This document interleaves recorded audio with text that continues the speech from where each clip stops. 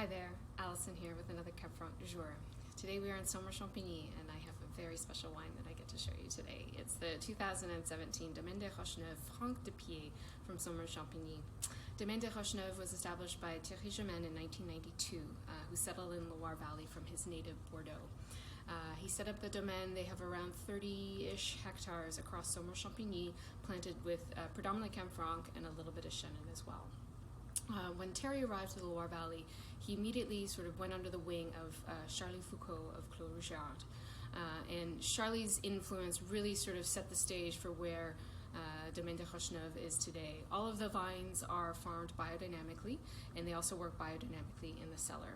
Today's wine is their Franc de Pied, which is essentially, it means that the Cabernet Franc vines are ungrafted.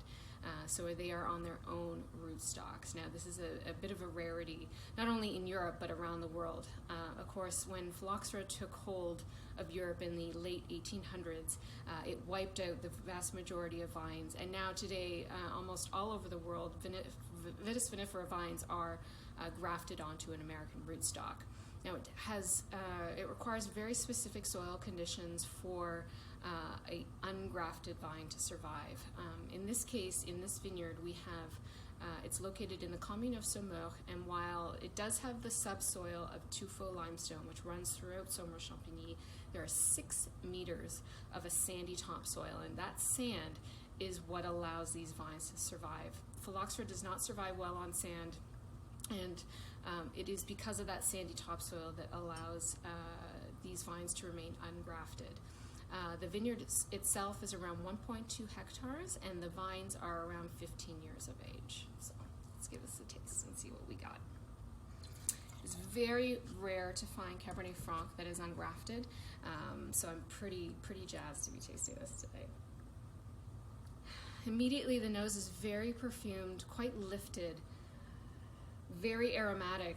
Immediately it's kind of bursting with sort of red sherry notes. There's this beautiful sort of woodsy kind of aroma, like a sort of foresty aroma. And the pyrazines are really quite dialed back. It's almost sort of a thyme leaf kind of element, a little bit minty, but just really just lifted, bright, aromatic sort of profile on the nose.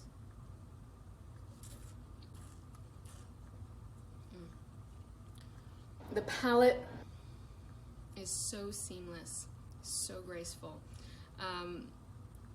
It's really hard to put into words. This kind of takes my breath away.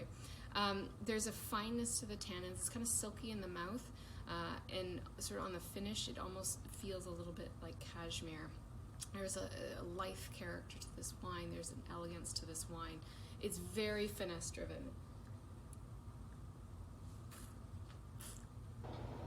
And that aromatic profile comes through beautifully on the palate, and it's sort of honed in by this kind of sort of lively acidity, that sort of silky mouthfeel, and those cashmere-like tannins on the end.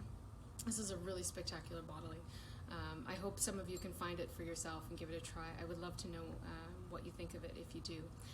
Have you had any Cab Franc that is from ungrafted vines? I'd love to know. Hit me up in the comments below, and I'll be back again soon with another wine. Cheers.